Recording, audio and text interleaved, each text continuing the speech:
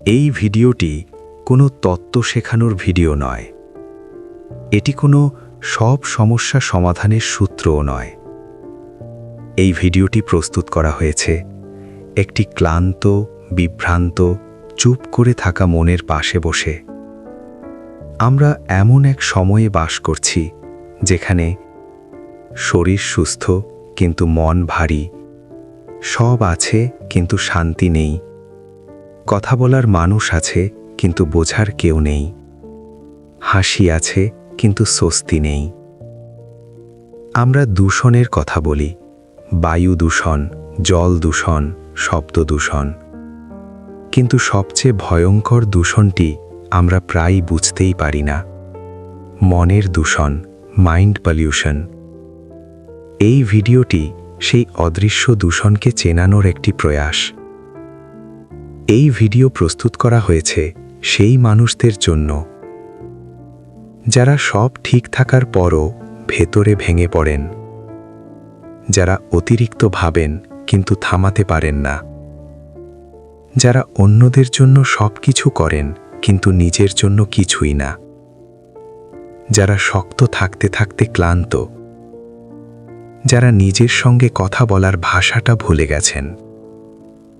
এই ভিডিও আপনাকে বলবে না সব ঠিক হয়ে যাবে, বরং এই ভিডিও আপনাকে প্রশ্ন করবে, আপনি নিজের সঙ্গে ঠিক আছেন তো?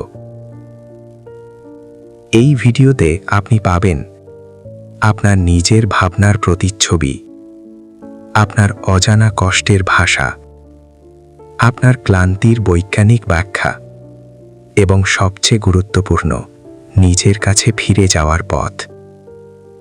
এই ভিডিও আপনাকে শেখাবে কিভাবে আপনার মন দূষিত হচ্ছে, কিভাবে সম্পর্ক, তথ্য, স্মৃতি ও ভয় ধীরে ধীরে আপনার ভিতরে শান্তিকে নষ্ট করছে, কিভাবে সেই দূষণ পরিষ্কার করা যায়, কিভাবে নিজের প্রতি দয়া করতে হয়, কিভাবে শক্ত মন গড়ে তুলতে হয় এবং কিভাবে নতুন অভ্যাস দিয়ে নতুন জীবন শুরু করা যায়।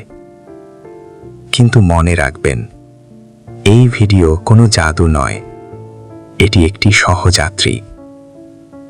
আপনি যদি প্রস্তুত থাকেন একটু ধীরে চলতে, কিছু পুরনো বিশ্বাস ছাড়তে, নিজের সঙ্গে সৎ হতে এবং নিজের পাশে দাঁড়াতে, তবেই এই ভিডিও কাজ করবে।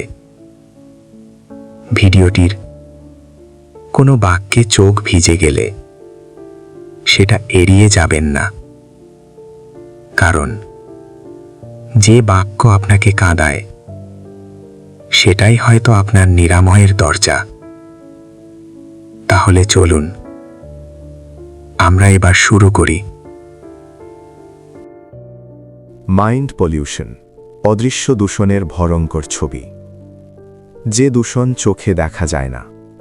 আমরা দূষণ বলতে যা বুঝি, ধুলাবালি, প্লাস্টিক, ধোঁয়া, কালো নদী, কিন্তু তার থেকেও ভয়ঙ্কর একটি দূষণ আছে যা চোখে দেখা যায় না, শুধু অনুভূত হয়। এটি নিঃশব্দে ঢুকে পড়ে আমাদের চিন্তা, সিদ্ধান্ত, আচরণ, সম্পর্ক ও আত্মসম্মানকে নষ্ট করে দেয়। এই দূষণের নাম মাইন্ড পলিউশন।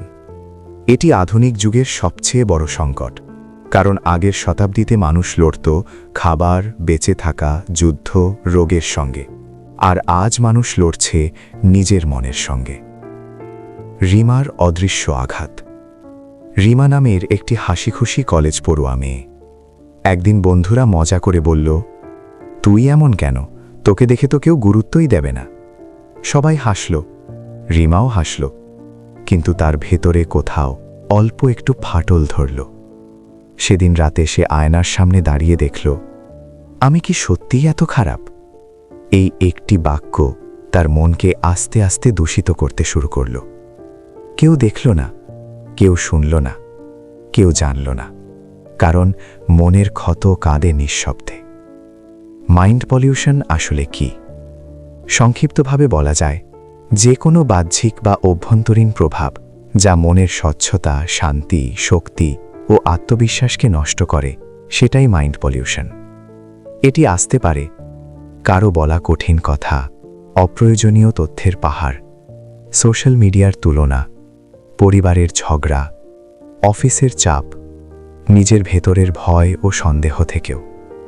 একটি মোবাইল স্ক্রল, একটি নোটিফিকেশন, একটি অবমূল্যায়ন, একটি অপমানজনক বাক্য, একটি ভয়, এগুলোই বীজ।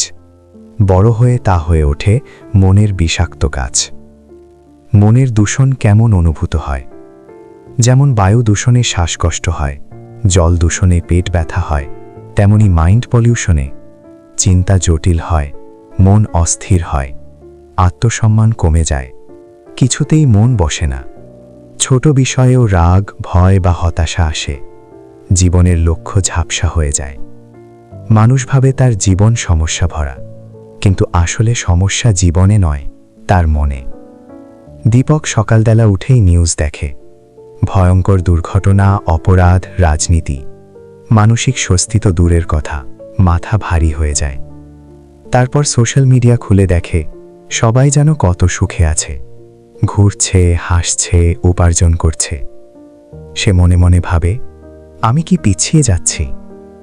অফিসে গিয়ে বসের চাপে মাথা আরও ভারী হয়। দুপুরে আবার ফোন চেক, নতুন নোটিফিকেশন, নতুন তুলনা, নতুন চাপ। এরপর সন্ধ্যায় সে বলে, জীবনটা ক্লান্তিকর। জীবন ক্লান্তিকর নয়, তার মন দূষিত হয়ে গেছে। কেন এটি এত ভয়ঙ্কর? কারণ মাইন্ড পলিউশন 1. নিঃশব্দে ঘটে। শরীর অসুস্থ হলে সবাই দেখে, মন অসুস্থ হলে কেউ বুঝতে পারে না। 2. মানুষ সমস্যার উৎস ভুল বোঝে। সে ভাবে সমস্যা আমার জীবন, আসলে সমস্যা তার চিন্তা। 3. পুরো জীবনের মান নষ্ট করে। দূষিত মন দূষিত সিদ্ধান্ত নেয়, দূষিত সিদ্ধান্ত দূষিত জীবন তৈরি করে। 4. সম্পর্ক ভেঙে যায়। যে মন অস্থির সে সহজেই রেগে যায়, সন্দেহ করে এবং ভুল বোঝে। 5. স্বপ্ন মরে যায়। দূষিত মন ফিসফিস করে বলে, তুই পারবি না, আর মানুষ বিশ্বাসও করে ফেলে। ছোট্ট রাহুল, শৈশবের দূষণ। বাড়িতে প্রতিদিন ঝগড়া, বাবা চিৎকার করেন, মা কাঁদেন। 8 বছরের রাহুল চুপচাপ কোনায় দাঁড়িয়ে শোনে, তোমার জন্যই সব নষ্ট, এই বাড়িতে শান্তি নেই। রাহুল কিছু বলে না, কিছু বোঝেও না, কিন্তু তার মন রেকর্ড করে নেয়, আমি সমস্যা, আমি যথেষ্ট না, ভালোবাসা মানে ঝগড়া। প্রাপ্তবয়স্ক হয়ে এই নেতিবাচক বিশ্বাসগুলোই তার চরিত্র করে তোলে। এভাবেই মাইন্ড পলিউশন শুধু আজ নয়, একটি মানুষের ভবিষ্যৎ নষ্ট করে। মনের পরীক্ষা। এখনই 1 মিনিট চোখ বন্ধ করুন, নিজেকে জিজ্ঞাসা করুন, আজকে আমি কতগুলো নেতিবাচক কথা শুনেছি, কত সময় অপ্রয়োজনীয় স্ক্রলে নষ্ট করেছি, কতবার নিজেকে তুচ্ছ মনে করেছি, কারো একটি কথায় কতটা কষ্ট পেয়েছি। যদি উত্তরগুলো আপনাকে কষ্ট দেয়, তাহলে বুঝবেন আপনার মন একটু একটু করে দূষিত হচ্ছে। এতক্ষণ আমরা যা জানলাম তার সার হলো, মাইন্ড পলিউশন না কোনো একদিনে হয়, না কোনো একদিনে সারে। এটি একটি যাত্রা, ধীরে ধীরে দূষিত হওয়ার আর ধীরে ধীরে পরিষ্কার হওয়ার। আমরা বুঝলাম মাইন্ড পলিউশন কি, কেন হয় ও কেমন অনুভূত হয়। পরবর্তী অধ্যায়গুলোতে আমরা শিখব দূষণের উৎস, মানুষের মাধ্যমে দূষণ, দূষণের বিজ্ঞান, মুক্তির পথ, মনের পুনর্জন্ম। একটি কথা মনে রাখুন, যদি মন পরিষ্কার হয়, জীবনও পরিষ্কার হয়।